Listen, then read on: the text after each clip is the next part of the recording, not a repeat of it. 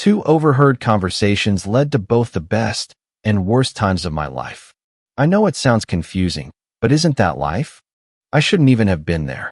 I flew to Denver to renegotiate a contract with a supplier who had missed several delivery dates. When I contacted the supplier, I was told there would be no negotiations because they had just filed for bankruptcy. I called the airport and found out that if I hurried, I could fly home to Portland at 11 o'clock in the morning. I left at 7 o'clock and returned home by 2 p.m. I decided to stop by the office to tell my boss, Jason, about the Argus situation. I entered the building and took the elevator to the third floor, but decided to check the restroom before reporting in. I was sitting in the farthest stall when someone else came in and took the booth at the other end. I heard a cell phone ring, and the guy answered. I recognized the voice as Dan Winters. Hello? Oh, hi. No, I don't think so. Jason sent Ryan out of town again, so he'll be with Melissa tonight and tomorrow night. Heck, he might even take the day off and spend it with her. Never, not without Jason. Okay, I'll ask him and see when he's free again, but I know it won't happen until Ryan gets back. Fine, I'll contact Jason and call you back.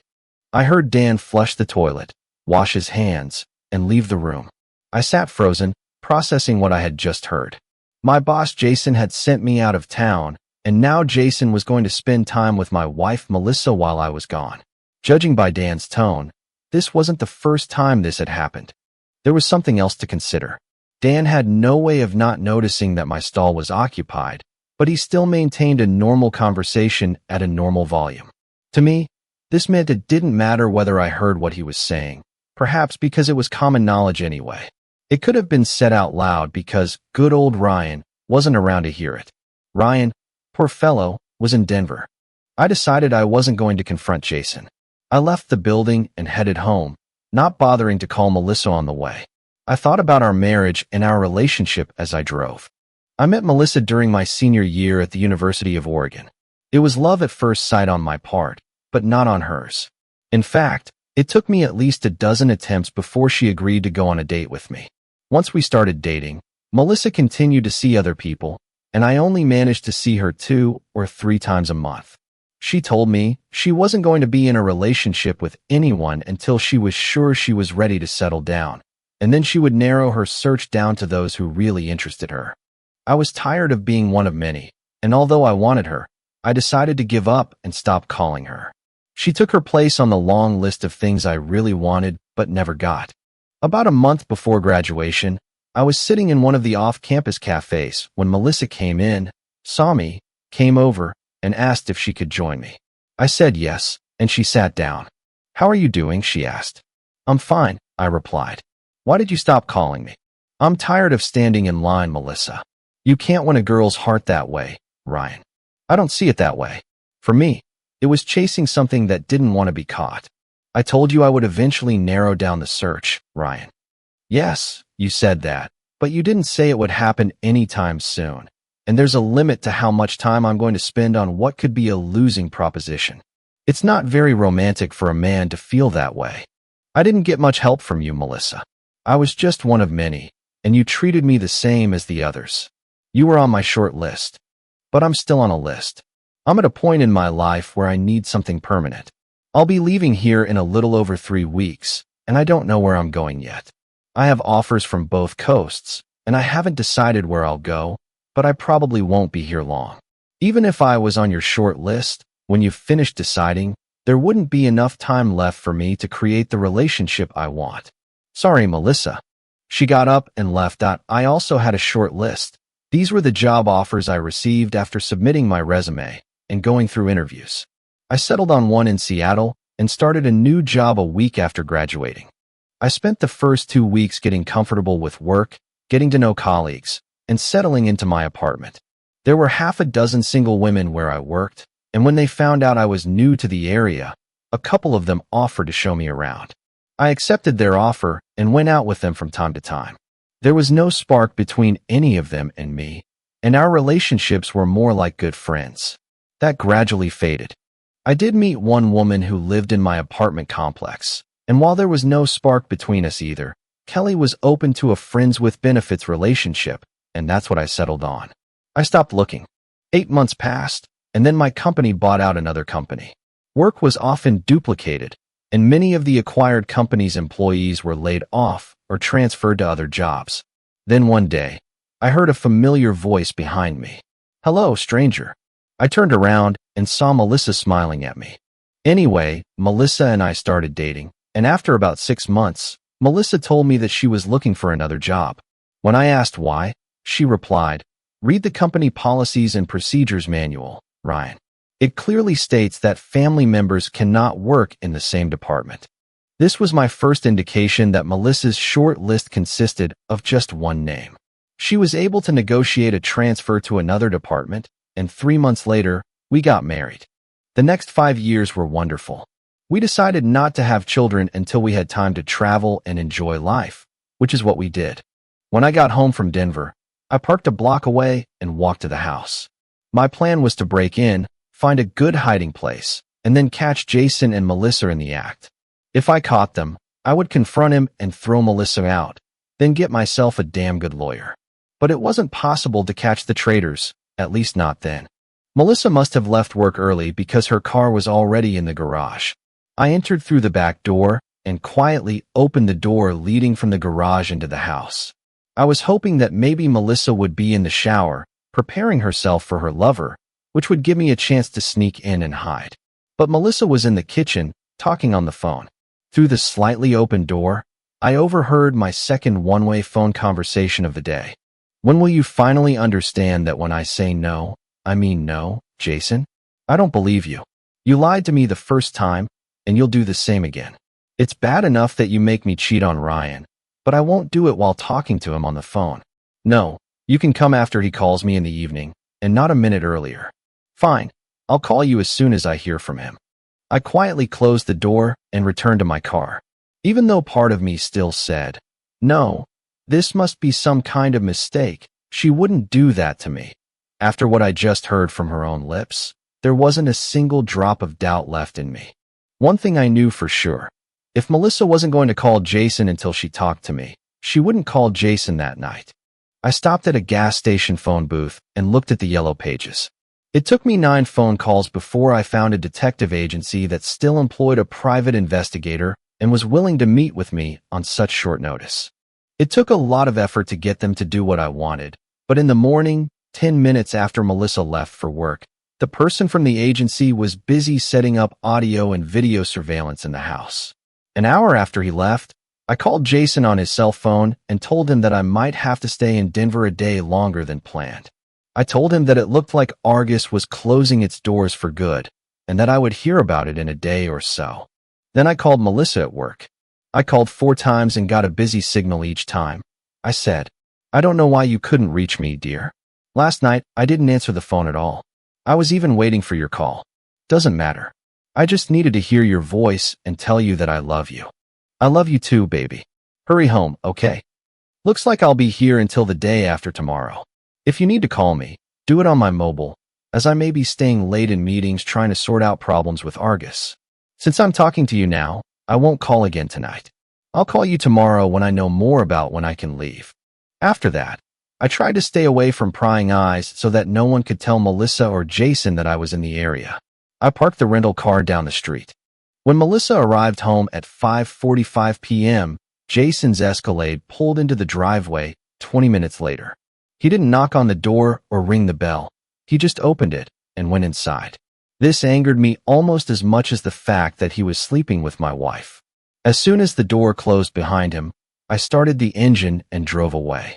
That evening, I went to the cinema, and the next day, I lounged around the hotel pool for a bit and then watched TV. At 1 p.m., I called Jason and told him that Argus had taken off, but I wouldn't be able to fly out until the next morning. Then I called Melissa and told her the same thing, that it would be a day before I could return home. I told her that I would not call her that evening, as I needed to go to bed early since I had to be at the airport at 6 o'clock in the morning for my flight. I parked down the street again, and when Jason showed up and walked into my house, he didn't know he was going to pay dearly for what he did to me. Melissa wouldn't be happy with this deal either. The next morning, Melissa left for work at 7:15, and by 9 o'clock, Hamilton Investigations had cleared all their equipment from the house. I asked them to keep the phone bug, and when I stopped by Hamilton's office that afternoon to pay the balance on my bill, I also purchased the phone bug. At 2 o'clock in the afternoon, I had a DVD in my briefcase and was heading home to watch it while waiting for Melissa to get home from work. It opened my eyes. Jason treated Melissa like crap. This went on for hours, and I could watch it later. I started skipping to find parts where they were talking. Have you already told him that you're ready to have a baby? Jason asked. Only last week, as you ordered me, Melissa replied. What did he say? He said he was glad because he was ready to become a dad. Well, he won't be, because it will be my child, right, baby? All my children will be yours. Did you stop taking the pills like I told you? Yes, baby. I told him that I stopped taking the pills and that he needed to use protection. Tell him that you want to plan the timing of your pregnancy. When will you be most fertile again? The 21st, baby. So, I need you to send your boring husband out of town from the 19th to the 23rd. It's probably worth planning these days as vacation or sick leave. Sounds good, baby. I'm already looking forward to it. It was news to me that Melissa was ready to have a baby. She didn't tell me about this. Jason spent the night with her and then told Melissa to plan to have dinner at a motel with him that afternoon. When Melissa got home, I hid the DVD and was cooking dinner on the stove. I wasn't ready to face her yet, so when she ran up to me, hugged me, and leaned in to kiss me, I steeled myself and hoped I wouldn't throw up. Can dinner wait? I'm so damn hungry, she said with a sultry look. I think it can wait. Fine. Turn it down or turn it off so it doesn't burn while I run upstairs and take a quick shower. Meet me in bed in 5 minutes. Fine, I agreed. I wondered what was going on. She didn't do anything that Jason told her to do or that she promised him she would do. Then we sat down for dinner. She told me all the latest gossip that I had missed because I was away, and then we washed the dishes, watched TV, and went to bed. I fell asleep fast and didn't know if she called Jason or not. Listening to the telephone conversation would give me the answer to this question. The next day was Saturday, the only time each month that Melissa got her hair done. As soon as she left, I looked in the medicine cabinet in the bathroom. After watching the DVD, I went to the bathroom and checked to see if Melissa had a packet of pills. I counted them, and there was one less than the day before. So she lied to Jason about stopping the pills. Then I pulled the tape out of the tape recorder on the telephone line and listened to it. He's fast asleep, Melissa said quietly. Did you do what I told you? Jason asked. Of course I did. How did you end up with such an ignorant clown like him? He's not that bad. Of course not. He's ignorant, but it's good for us, baby. If he hadn't been so ignorant, we might have been caught. Have you already figured out how to persuade him to name the child Michael if it's a boy and Michelle if it's a girl? No, but we still have plenty of time before we need to decide. I want you to find a way to spend an hour or so with me on Tuesday. I will try. There was more to it than that, but that was the point. I was wondering how it started and how long it lasted. Not that it matters. It started and continued, and as a result, it would hurt a lot. I made an appointment with a lawyer on Monday and was in his office on Tuesday afternoon when Melissa called me and said she would be working late. I had already played the tape for the lawyer, so we both knew what working late meant. Everything was thought out to the smallest detail. There were no violations in our state, so the assets were to be divided equally. We both had comparable salaries, so there was no alimony. What I learned from this ordeal was that our state allowed for alienation of affection claims, and that was a big deal. Jason managed my department, and my company's policy and procedure manual was quite specific when it came to relationships between managers and subordinates. Jason having anything to do with Melissa at all was strictly forbidden. Him sending me out of town so they could be together was tantamount to a death sentence. So, in addition to suing Jason for alienation of affection, I would sue the company for failure to comply with charter requirements. At the very least, Jason and Melissa would join the ranks of the unemployed, and the chances were good that the company would settle the lawsuit without publicity. I wouldn't be able to work there again after I sued, but given that I realized everyone I worked with, as evidenced by Dan's phone call, knew I was being cuckolded and kept quiet about it, I didn't want to stay there and work with them anyway. Everything was decided before I left the lawyer's office. Jason, Melissa, and the company were scheduled to be served on Friday morning.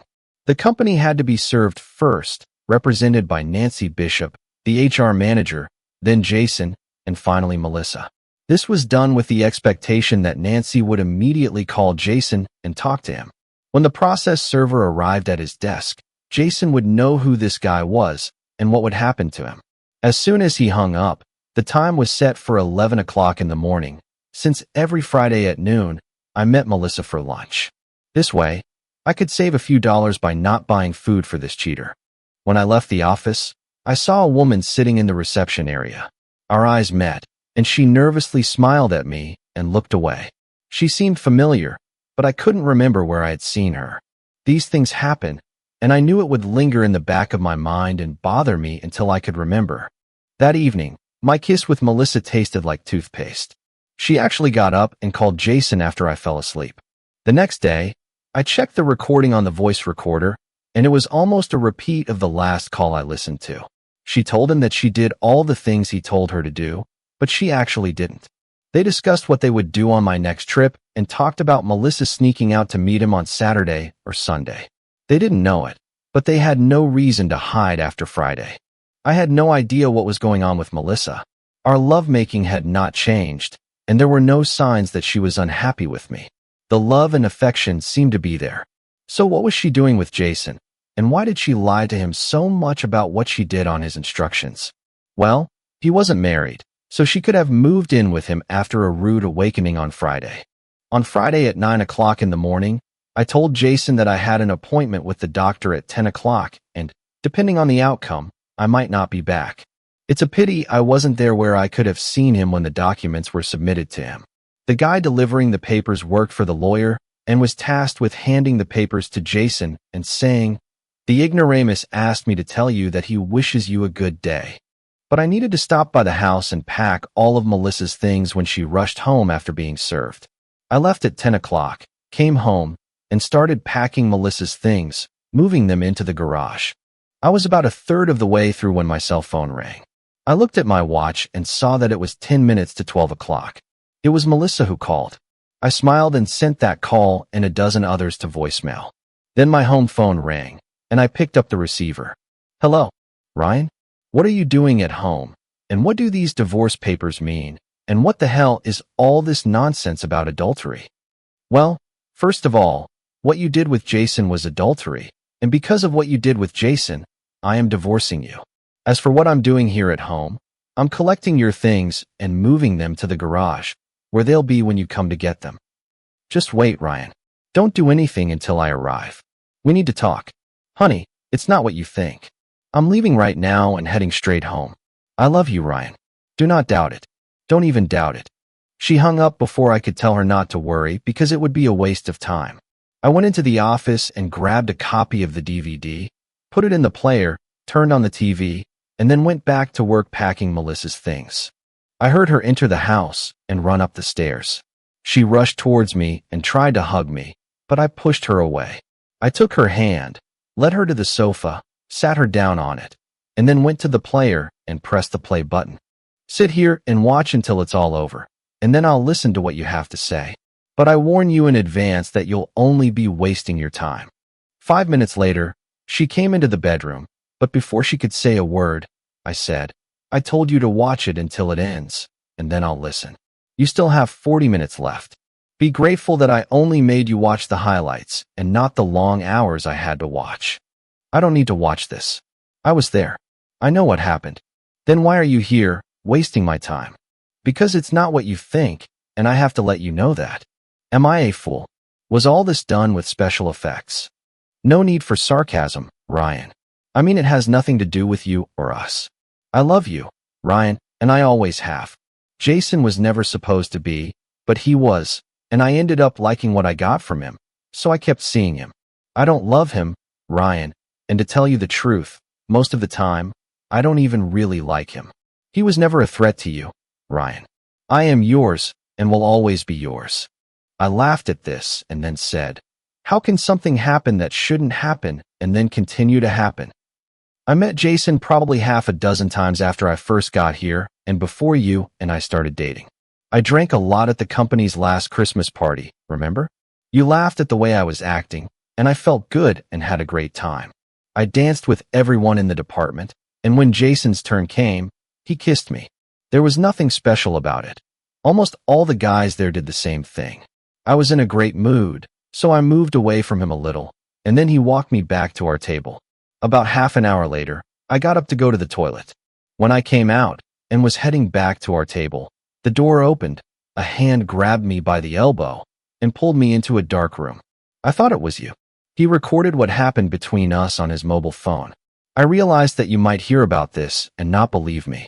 After that evening, I tried to stay away from him, but 5 weeks later, when you were out of town, a group of us went to Sally's to have drinks after work. Jason came, and about an hour later, he came up to me, leaned over, and whispered, "Come on." I told him that I would not go anywhere with him, and he smiled and said, "Okay, let's see what your colleagues say when they hear this." He pulled out his cell phone, but before he could press the button to play anything, I said, "Don't," grabbed my purse, and followed him into the parking lot. After that, whenever he ordered, I obeyed. There was something in me that I didn't even know I had, and he found it. I was with him because I was always afraid of what he would do if I said no. Yes, I loved it, but I would have stopped in a heartbeat if I could have gotten my hands on that damn cell phone and destroyed it. I love you, Ryan, honestly, I love you, but not enough to trust me. You should have come to me. You should have believed in me and my love for you. But you didn't. Because you didn't, everyone I work with laughs at the ignorant cuckold behind his back. Everyone at work knows. But I was out of town on Tuesday, wasn't I? You humiliated me in front of everyone, Melissa, and it doesn't matter why you did it. The only thing that matters is that you did it and would continue to do it. You would have continued doing this if I hadn't found out. There is no room in my life for an unfaithful wife. So, if you're done with what you came here to do, you can start moving some of your things into the car. Why should I leave? This house is as much mine as it is yours. Because I have nowhere to go, but you do. You can live with your lover. Of course, the real reason is that, given how I feel about things now, there's a good chance I'll hurt you if you try to stay here. Who do you think you're kidding, Ryan? You're not the type to hurt me or any other woman. The old Ryan would never have done this, but you and Jason created a new Ryan, and I don't even know how the new Ryan will behave. He has a lot of anger built up that needs to be released. Being around when that happens probably wouldn't be a good thing. Just go away, Melissa. I don't want to look at you. I don't want to hear your voice. I don't want to smell you. Just leave. She looked at me. Tears flowed down her cheeks, and she started to say something, but I yelled at her, "Get out of here." She ran out of the room, and I went back to stuffing her things into plastic bags. I spent the weekend doing odd jobs around the house, cleaning it up so it would look better when I put it up for sale. Melissa might have wanted to buy me out and keep the place, but I certainly didn't want that after seeing Jason in my bedroom. But even if Melissa wanted it, I would still need to get a market appraisal. So I was left cleaning and getting the house in order so it would look attractive to the realtor. I had no idea what I would be faced with when I went to work on Monday. What I received was nothing like what I expected. As I exited the elevator and headed to my desk, Dan Winter stood up and started clapping. Then everyone in the room stood up and cheered. Dan came up to me and said, "Let me buy you a cup of coffee."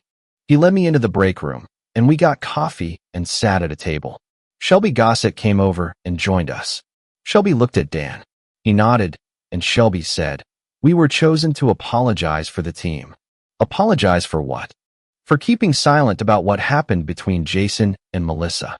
We didn't know what the situation was, so we stayed silent. What is the situation? I don't understand. We didn't think you were really that kind of guy, but there are guys who like their women sleeping with other men, and guys who like watching their wives with other men. There are so-called open marriages. We didn't know if this was really the case, so we just kept quiet. It was only when we noticed that this only happened when you were out of town that we began to suspect that you had no idea what was going on. I looked from Dan to Shelby, and I think they could still see that I was trying to figure out what they were trying to say. So Shelby said, "We decided that we should tell you about it, but in a way that if you didn't know, we could inform you. And if you did know, we wouldn't embarrass you by asking about it face to face." Dan took the lead and said, "I knew you had to be in Denver when I saw you heading to the bathroom. So I followed you and faked the phone conversation you overheard. If you knew, there wouldn't be a face-to-face meeting to avoid awkwardness, and if you didn't, it would give you a warning. We received our answer on Friday when serving papers to Jason and Melissa. The icing on the cake was that they cited the company too, Shelby added. Jason was called into the office and suspended without pay while the allegations against him were investigated. This is why you received those congratulations this morning. You got rid of him and also sued him. They sent him home at 1 o'clock in the afternoon, and at 3 o'clock, they called everyone in the office and asked if we knew what was going on. Dan continued. Management treats most of us differently now. They say that by not informing them, we gave you the opportunity to sue them. I expect that when the executives get here this morning, they will call you in first thing. I plan to meet with Mr. Garman and give him my resignation letter. As for talking to him, my lawyer has already told me that they should direct any questions to him. Why are you resigning? Shelby asked. After I heard that phone conversation, I thought that everyone here knew what was going on and was laughing at me behind my back. There is no way I can continue working with such a group. We don't want you to resign, Dan said. I may not have a choice in the matter. It's unlikely they'll leave me here since I'm suing them. Another reason for resigning is so that I can leave on my own terms and not be fired because of some fabricated excuse that would be used to hide the real reason for my dismissal. I looked at my watch and said, I had better get back to my desk. I stood up and extended my hand to Dan. Thank you for the warning. We shook hands. I hugged Shelby and headed to my desk. At 9:15, I was called into Mr. Garman's office and handed him my resignation letter. He asked what it was and why, and I told him. He returned the letter to me and said, We would never do anything like that. Besides, we have plans for you. We want you to take Jason's place now that he's fired. We want to discuss your claim, but I understand that we will need to make arrangements with your lawyer before we can do this. The rest was as expected. Jason and Melissa were fired. The lawyer and the company agreed that the company would pay my attorney's fees, and I would drop the lawsuit. I got Jason's job, which gave me a raise of $18,000 a year. Melissa didn't contest the divorce and didn't want the house, so it was sold. I haven't seen or heard from her since the day I gave her the check for her share of the house sale. Jason had to settle a foreclosure lawsuit. He had to sell his house to raise money. With that money and my share of the house sale, I bought a high-end apartment in the trendy Pearl District.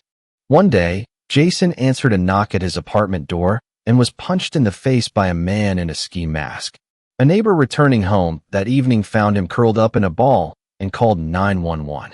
For some strange reason, 2 detectives came to me and asked if I could shed any light on the case. All I could do was repeat the immortal words of Sergeant Schultz. I know nothing. When they asked me if I could account for the time I spent on the night this happened to poor Jason, I told them I was spending time with my TV. So you don't have an alibi for this time? One detective asked. Alibi? Why the hell do I need an alibi? I understand the case is still open. Either way, that was the worst part of the story. Chapter 2. The best part started around the time the divorce was finalized. It had been about 3 months since my divorce was final, and although I had sold the house, I was still living in it while waiting for the closing date. I was driving to work and saw a woman trying to change a flat tire. I stopped to see if I could help. She seemed familiar to me, and only when I was lifting the car off the jack did I remember who she was. This was the same woman who smiled nervously at me the last time I was in my lawyer's office. As I put the jack and flat tire in the trunk, she thanked me for my help and offered to pay me for it. I told her she could buy me a cup of coffee and a sweet roll at the Denny's across the street. She smiled and said she would. We introduced ourselves as we walked across the street to the restaurant.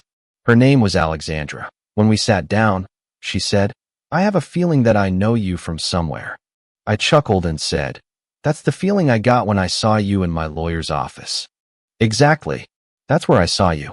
But when I saw you there, I had the feeling that I had seen you somewhere before. Do you live in this area? Block 1200 on Hawthorne. It's only 6 blocks from me. I've probably seen you on a walk or in one of the local shops. If I'm not touching on a sore subject, what did you need legal help with? How to get rid of an abusive husband? And you? How to get rid of a cheating wife? Is there any progress? The final decision must be made in 60 days. So fast. She doesn't resist. I wish I could say the same. Jack isn't fighting the divorce itself, but he spent months fighting over every piece of furniture, every little detail, and who gets to keep the photos in the photo albums. He even fights over who gets the fish in the aquarium. I don't want to get too personal, but why don't you just let it all go to hell and let him have what he wants? First of all, if you keep it, it will only remind you of him after he makes such a fuss about it. The other thing is that he's probably just fighting about it to annoy you. Take it from me. You could give him some of what he wants. What do you have in mind? Are you quarreling over the coffee table? Cut it in half with a chainsaw and give him half of it. Photos in an album? Cut out anything you don't want him to have from the photos and then give him the albums. I don't know much about aquariums, but I don't see why one could show more affection for the fish that live in them. Unplug it and leave it for a couple of days. Then tell him to come and get it. Or better yet, have it delivered to him. I didn't think I could be so angry and nasty. It's not mean or disgusting. All you are doing is giving back to him what he gives to you. All he does is deliberately try to piss you off. He takes pleasure in making you suffer. Do you really think he cares about a soft chair or fish? Why waste energy playing his games? You can buy a new coffee table, one that won't be imprinted with the memory of him. You can copy the photo albums before you give them to him and replace the goldfish for $1 each. The purpose of divorce is to get rid of him. Letting him stick around and constantly fighting over things that won't matter in the long run is simply pointless. You'd think my lawyer should have told me that. Why does he need to? He became a lawyer because as a lawyer, he could make good money. He may be working for you to get you a divorce, but the longer it takes, the higher his fee. Why should he care that you and your husband want to quarrel over furniture and delay the process? I probably should have had a flat tire earlier. I have many more good ideas if you would like to discuss them over dinner tonight. It was a hit-and-miss attempt, and I didn't expect it to be successful, but she surprised me and said she would really like that. When I picked her up at 7 o'clock, I was surprised again when I arrived at her address. I hadn't paid much attention to it earlier, but it was in a pretty upscale area. The house I approached was worth around $1.5 million, and I wondered why she didn't mention this house in her quarrels with her ex-husband. We had dinner at Romano's and ordered veal scallopini and risotto. I told her my story, and in response, she told me hers. Her story was simple. Her husband became violent when he drank. He always felt guilty the next day, apologized, and swore that it would never happen again if she forgave him. But of course, it did, until she finally had enough. She called the police on him several times, so that when it happened again, his abuse was recorded. She called the police, and he ended up in jail. She refused to post bail for him, and when he was released, he was served with divorce papers and a restraining order, which he promptly violated. He came home drunk, hit her again, and then went back to sleep. When he was released, he was given 90 days for contempt of court and violating a restraining order. When he was released, he was warned that the next time, he would spend 6 months in prison, and the third time, he would get a year. He decided that he didn't like prison and started pestering her about the furniture. After dinner, I suggested we go to the Blue Bamboo next door for a drink and a dance, and she agreed. I took her home around 1 a.m. and walked her to the door and I told her that I liked her and that I would like to do this again. And then she asked, "Can you do me a favor and kiss me?" I'd love to, but why is it doing you a favor? Don't look back, but there's a red and white Ford F-150 right down the street. I want this idiot to see this. Shouldn't you be inside and call the police? I can't. The injunction says 150 meters, but where he sits, it's 160 meters. I know because I measured it myself. What if he gets angry and says to hell with the restraining order? She opened her purse and showed me the gun she had and said, "I would almost be glad if he did." I hugged her and kissed her. Then she said, "Call me," and went into the house. I made it a rule not to look at the pickup when I drove away. I was not at all surprised when the truck pulled away from the curb and followed me toward my house. He didn't slow down as he drove by, but I'm willing to bet he remembered my address. It would be interesting to see what he would do with it.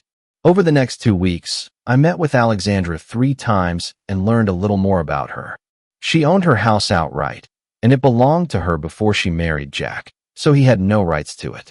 She was what she called a trust fund kid, as her parents and grandparents were very wealthy and set up several trust funds for her, which she joined when she turned 21. I also found out that she was working unpaid, volunteering for several charities in the city. Every date ended with one of her kisses, and on 2 out of 3 dates, the F-150 followed me home. I was on the verge of prying into Alexandra's business and reporting her ex's stalking behavior to the police, warning them that if they didn't do something, I would, when suddenly it didn't matter anymore. I had a date with Alexandra on Wednesday, and then I left, but this time he didn't follow me.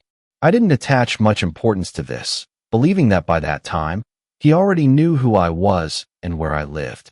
Alexandra called me at 9:30. She asked if I could stop by the police station to pick her up and take her home. I asked what was wrong, and she said she would tell me when I got there. It turned out that there would be no more arguments over furniture or fish. 10 minutes after I left her, her ex-husband tried to enter the house despite the restraining order. 3 steps from the house, Alexandra used her gun in self-defense.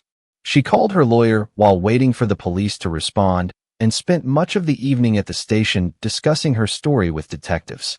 When it was over, she was asked not to leave the city and was told that she might still need to talk to someone from the district attorney's office. Her lawyer told her she had nothing to worry about and offered her a ride home, but she decided she'd rather call me. As we pulled away from the police station, she asked me to take her to a motel. I can't be at home now. There won't be a motel. I'll take you to my place. I don't think you need to be alone for a while. She didn't mind, so I took her to my place, fed her, and showed her to the master bedroom. I gave her a nightgown that I had forgotten to throw away when I was packing Melissa's things, showed her where everything was, and then said, "Rest for a while, and if you need anything, just call." She turned to me and said, "I really need something." The next morning, I said, "I'm sorry. You probably think badly of me now." She kissed my forehead and said, "I don't think so. I needed it as much as you did, but I intended to wait until the divorce was final. I'm a little old-fashioned about some things, and I made a few vows when I got married and thought I had to keep them until I was legally released from them." "Oh God, Ryan, I'm so sorry. I didn't know." "It's okay, honey. You said we'd get to this point eventually, and although I wasn't entirely sure it would happen, I definitely wanted it." While she was showering, I made us something to eat. She told me that she needed to call her lawyer and inform him of her new circumstances. She called him, and he asked her to come to his office and sign some papers. I took her to her house to get her car and told her that dinner would be ready by 7 o'clock. She kissed me and said, "I want to ask you for a favor." "Ask. I don't want to go into the house, but I need a change of clothes and some other things. Could you please go there and get them for me?" I told her I would, and she gave me a list, told me where to find them, kissed me again, and left for her appointment. I found the suitcases where Alexandra said they should be, found the things she wanted, and went out. After dinner, we sat in front of the fireplace, sipped wine, and talked until we went to bed. I suggested she take the spare bedroom, but she said she would prefer to have a warm body nearby in the morning. The next day, I went to her house and sent in a team of cleaners. I gave them my cell number and asked them to call me when they were done, and they told me they would be out of there by 6 p.m. The next day, Alexandra's house was ready for her return, but despite this, she spent 2 out of every 3 nights with me until I told her that I was moving out and that I would have to start looking for an apartment. Nonsense. I have plenty of space, and we spend most of our time together anyway, so it just makes sense for you to move in with me. Her words made sense, and I moved in with her. I was afraid to go to closing on the sale of my house. Melissa had to be there since the house was registered in both of our names, and her signature was required on the papers. Since she moved, she has called me at least once a week, asking me to reconsider my decision and call off the divorce. I kept saying no, and she kept telling me that she loved me and that we could make it work if I just gave her a chance. It was hard for me because I knew she really loved me, and I missed her at times, but there was just no way for us to be together and work things out. We could probably survive the night at the Christmas party, but not the rest. I loved her. I missed her, but I could never forgive or forget what she did. She was there at the closing, and I saw that she took the time to look stunningly beautiful at the meeting. She was waiting for me at the entrance to the hall where the closing was to take place. She smiled at me and said, "We could have left and not attended the closing, Ryan. I could go back." I could have smiled, shrugged, and walked past her into the room without saying a word, but I felt the need to hurt the woman who had torn my heart out. So I said, "Of course, Melissa, and then I could spend all my time trying to catch you with whoever you found to take Jason's place. This doesn't really sound like the life I'd like to lead, so thanks, but no thanks. I think I'm rejecting your idea." I walked past her into the room. The signing went smoothly, and we each received a check for $443,000. She was fired along with Jason, and she sued the company, accusing them of harassment. She claimed Jason blackmailed her, saying that if she didn't give in to him, he would fire her, and that the company knew what Jason was doing to her, but did nothing to stop it. The company settled with her for an undisclosed amount. She left town the day after closing and hasn't been heard from since. The day my divorce was finalized, Alexandra and I went somewhere to celebrate. We had dinner and then went to the cavern for drinks and dancing. This morning, Alexandra asked me what I planned to do now that I was free again. I will enjoy the few days of freedom I have until I can change my status to married. A few days of freedom? Well, let's see. We have to apply before we can get the certificate, and there's a 3-day waiting period to get the certificate, so I think I'll be free for about 8 to 10 days. Oh, wait. I forgot something. Will you marry me? I will, of course, sign the marriage contract. The smile disappeared from her face, and she said, "We have a great relationship, and I'm really very happy with the way things are going. I take it this is a no to marriage, Ryan, but not to what we have now." I don't understand, Alexandra. If what we have is great, what's wrong with legitimizing it? Marriage changes a lot of things, Ryan, and not always for the better. Is it because of Jack? He was everything a girl could dream of, Ryan. The 9 months we spent together before we got married were perfect. The first 2 years after our wedding were wonderful. Then Jack changed, and the last 3 were pure hell. We're fine, Ryan, so let's leave it at that. She said no, and I gave it up. But just when she got scared that marriage would change things, she did not change everything too. I like to think that I was a pretty level-headed guy, and although some part of my mind understood what Alexandra was saying, I was still a human being with all the inherent flaws of humans. The part of my mind that understood what Alexandra was getting at was a very small part of my mind. A much larger part saw everything differently. One part took her refusal as a rejection of me personally. Another part thought that I was like Jack and would become an ass after getting married, just as he had. Another part said that she rejected me because she wouldn't let me dig into her trust fund money, and a third said that Alexandra saw flaws in me that she didn't like. Slowly, our relationship began to change, and from where I stood, I could see that it was only getting worse. I decided that before it got to the point where we weren't friends anymore, I had to change something. At dinner on Friday, I told Alexandra that I was going to start looking for an apartment the next day. There's no need for that, Ryan. Everything is fine. No, it's not like that, Alexandra. Maybe you haven't seen it yet, but I saw it. I told her exactly what I was thinking and that it was time for me to leave while we were still friends. I don't want you to leave, Ryan. I know you'll never be like Jack, and I know you're not after me for my money. I just don't want to get married. We can live happily together for the rest of our lives, Ryan, and marriage won't make our lives any better than they already are. Maybe, Alexandra, but deep down, I think you're not marrying me because there's something wrong with me, something you don't like and can't or won't bring yourself to mention. It will lie there and fester and nag me from the inside until God only knows what happens. As I just said, I'd rather end things while we can still be friends.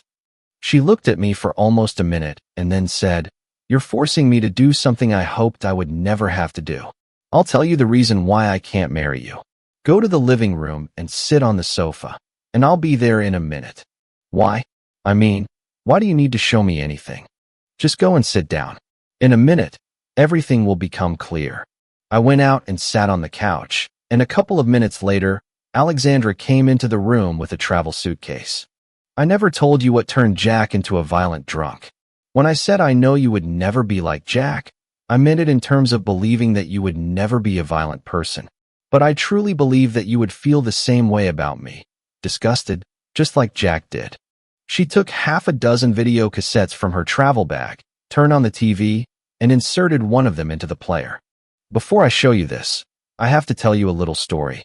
One day, a poor little rich girl rebelled against her overly controlling and restrictive parents. She was tired of being sent to the right schools and only being allowed to associate with the right people. Correctness, of course, was determined by her parents. She was only allowed to wear appropriate clothing. Again, appropriate clothing was determined by her parents, and whatever she thought she liked and bought for herself that her parents didn't like was confiscated and disposed of. This went on for years, and could have gone on for several more if her parents had not introduced her to her future husband. They decided he was right for her and naturally assumed she would accept it, since she had accepted everything else. Her mother actually started planning the wedding the night the poor little rich girl was introduced to her betrothed, a man she had never seen in her life. It was too much for her. The next day, she cleaned out her mother's jewelry box, loaded the car with a few items that could be pawned, drove into town, visited half a dozen pawn shops, then picked up the money and headed west. She sent receipts home so the stolen items could be returned. In the end, she ended up in Los Angeles, got into the wrong company, and started using illegal substances. She did a lot of things that were in fashion at the time. A lot of it was just to spite her parents. She eventually came to her senses, returned home, and reconnected with her family. She met a wonderful man, married him, and life was perfect until one day she came home and found her husband sitting on the couch, right where you are now, watching this. She showed her an adult video starring herself. I'm not proud of what I did. Jack found this tape when he walked into an adult bookstore while in Los Angeles on business. After he found the first one, he watched all the videos that night. When I came home and found him watching the tape, I thought my marriage was over, but it wasn't, at least not at first. Jack thought it was great to have his own star, but the more he watched the video, the more it affected him. He started accusing me of cheating on him behind his back. If I was a few minutes late home, it was only because I was in a relationship with my lover. If he called me at work and they told him I was in a meeting, he just knew they were covering for me while I was cheating somewhere. If I was at home and he called and I didn't pick up right away, it was because I needed to take my mind off my lover and go to the phone. He started drinking, and when he accused me of something, I told him he was crazy, and he called me a liar and hit me. Okay, but what does all this have to do with me? Why did you show me this? It's in your past. This was before you met me, and it concerns me no more than what I did before you concerned you. I should have shown this to you. Jack found this by accident, and you might do the same. I don't want to get married again and go through what I went through with Jack. I would never do what he did to you.